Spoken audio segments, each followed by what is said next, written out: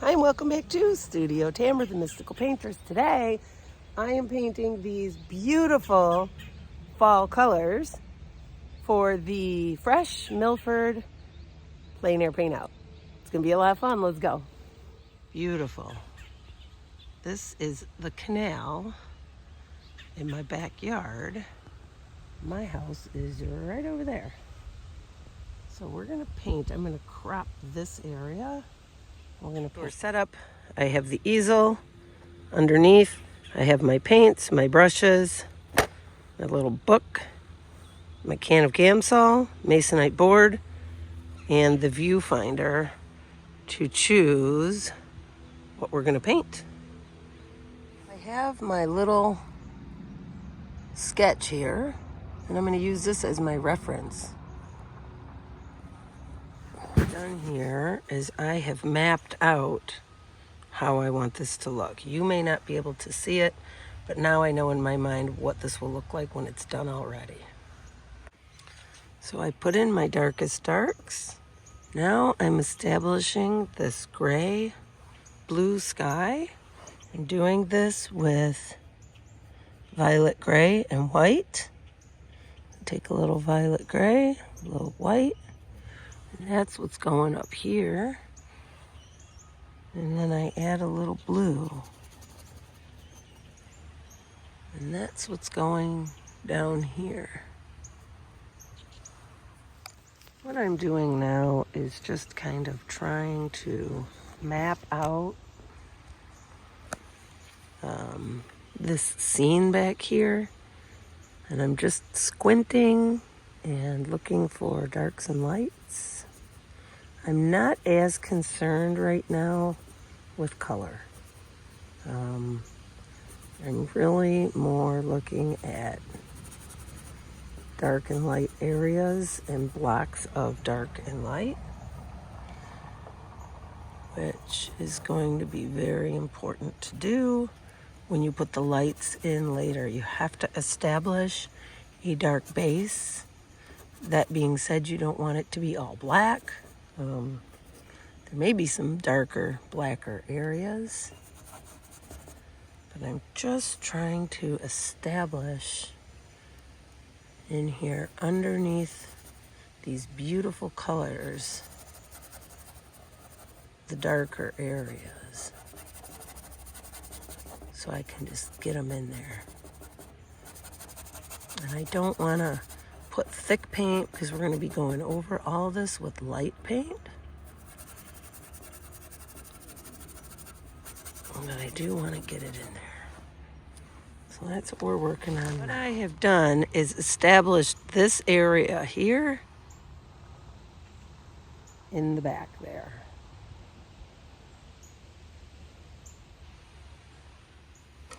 Now I'm just looking at this little clump in the middle, and I'm just putting in some different, breaking up the shape with a few. There. Starting to get there. Next thing I think we need to do is we need to establish this dark water lines in here, which I have suggested, but I haven't quite established them here. So I'm going to do that now. Oh, I see some wood ducks. Oh, I may put a wood duck in here because this is pretty beautiful. So water always lays flat. If you want it to look real, it has to go flat across.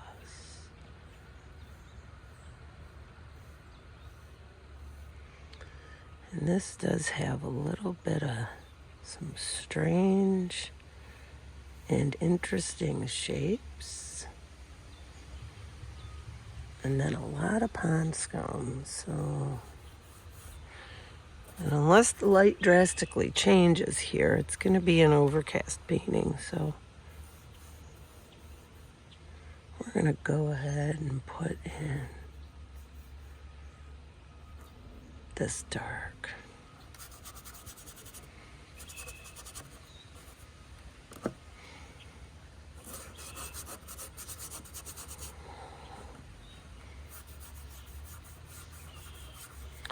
So again, these are just values in the water.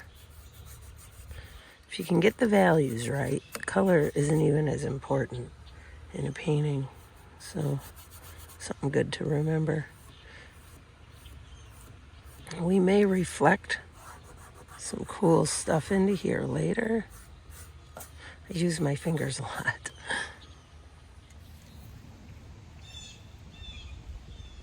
So I'm just putting in a little bit of the pond scums, and I'm pulling down some reflections from the trees because they're there, or at least you want to suggest they are.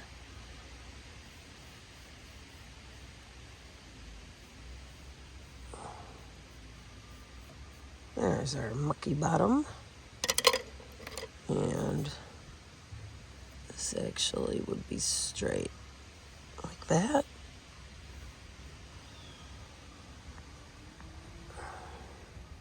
Now I've decided, and this may be premature, but I've decided I'm going to put a few branches in. So I just take the paint and I take some Gamsol or turpentine, whatever you use, and I just lightly drag the brush up. I hold it by the tip, and I'm just ever so lightly, almost like little accidents. So I'm just putting, and I'm going to put in here another tree. There's a couple trees in here. Got to vary the thickness. You've got to vary the direction that they're growing. Like this one's kind of gray. There's one here. It's a little thicker. See, and then you just kind of suggest some things. And it starts to all of a sudden fill in like a little forest, which is exactly what we want it to do. So a lot of these little branches are going to be underneath. They're going to be underneath, especially over here. I see I have a, let's see.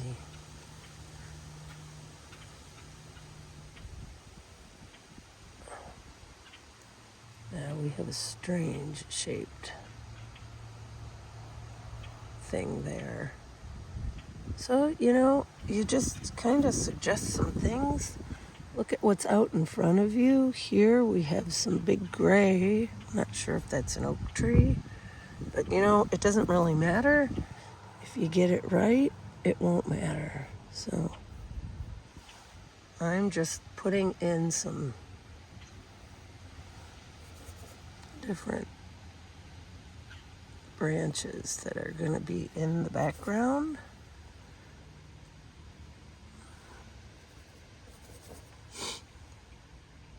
My nose is running. First cold day, it's like 30 degrees out here. Holy smokes. Whew. All right.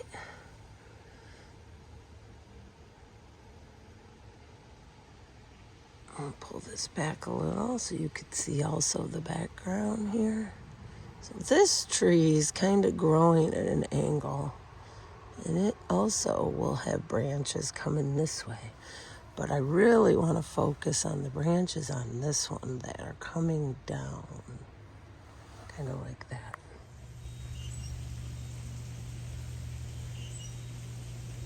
What I have here is what I would call the skeleton of the painting, meaning the bare bones. Now it's time for the fun. If you'll notice, my painting is very earth tone. I didn't put any of the bright colors in yet. I'm going to start to do that now, but I'm going to start very mild. Meaning I'm going to gray them down so it doesn't look like a Disney cartoon. So for example, I'm going to take a little alizarin crimson and a little bit of Portland gray. And it's almost too silver. So I'm going to add a little sienna and then a little alizarin. I hear my blue jays. I live across the canal, so I hear the blue jays I normally feed are cawing to me. So I'm going to just feather in very little bit here.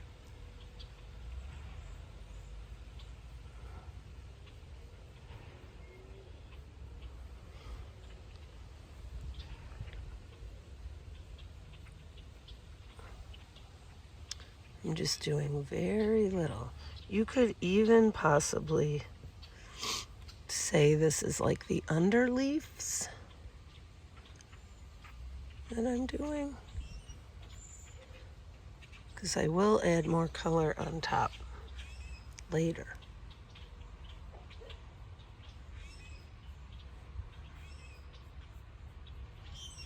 I'm just kind of feathering in, getting an idea where I want these to be in here. These little, beautiful little red. Lived here 27 years. I've watched these trees change 27 falls. Study nature every chance you get. This would be my best advice. Grab a leaf, look at the colors. How would you mix them? We've got Indian yellow, cad yellow, yellow ochre, probably alizarin, a cad red light. I also see burnt umber. The green could be mixed with sap green and Naples, or viridian and white. Just look at nature, study it. It's beautiful. It will teach you color mixing that's accurate. I'm just layering in now with a little cad red light some of the reds that I see out here. And I'm trying to just do the best I can to kind of mimic this without making it look like a Disney cartoon. So I see in the distance there's some leaves here, a little bit here. Remember, it's not a sunny day, so this is going to be very muted. And you don't want polka dots everywhere either. You want to kind of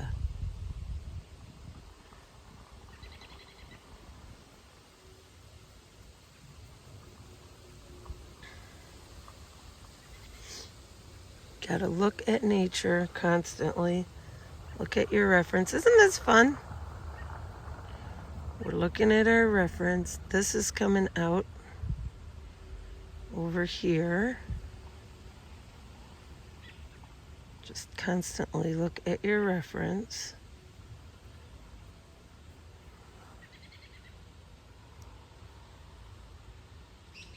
And this goes up here. If you overdo the color, the beautiful thing with oil, you can correct it. So, and I'm really hoping these greens and reds play beautifully together. You know, we have this luscious green undercolor, which is fantastic. So I'm really hoping these play well together. See, I'm trying to get this interplay of these greens and reds up here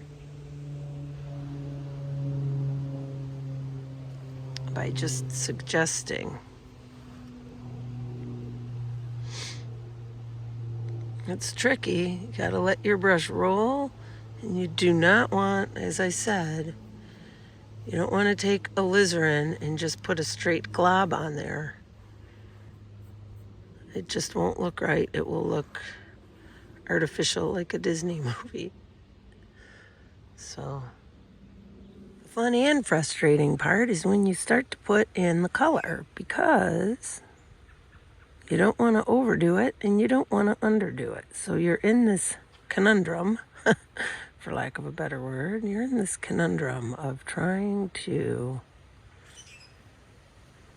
figure all this out. So very quickly you can see this starts to come together and look a little more like that scene up there.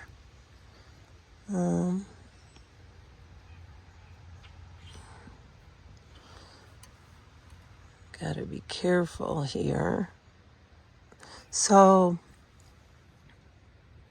another thing to mention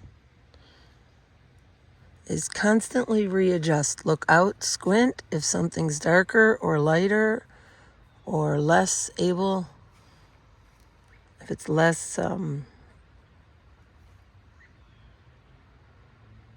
sorry, I'm trying to think and talk and paint. If it's less in focus, if the hue's less intense, constantly reevaluate when you're painting, your problem solving.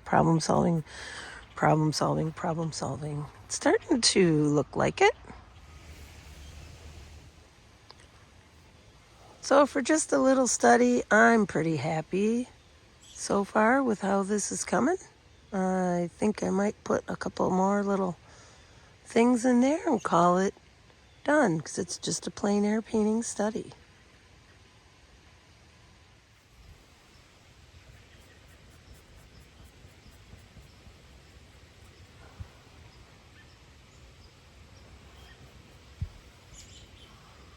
A few last touches. I'm thinking I just want to add a little dark background stuff here, a little bit here and there. Just give it some dimension.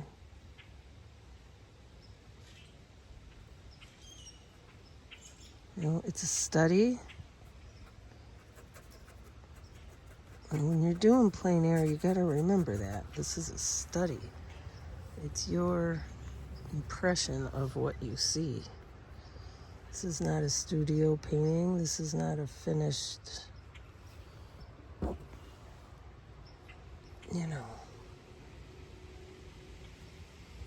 Oil Painters of America competition or anything like that. It's just a impression. Pretty happy with my little plein air scene. Thank you for tuning into my show. Thank you to all my subscribers, my Patreon followers. My book's available on Amazon. My paintings are available on Etsy, Studio Tamera. And paint on. You can paint. See you next time. I'm really happy with my little painting, and I signed it, and I'm ready to do another one. Thank you for tuning in. Have a great day.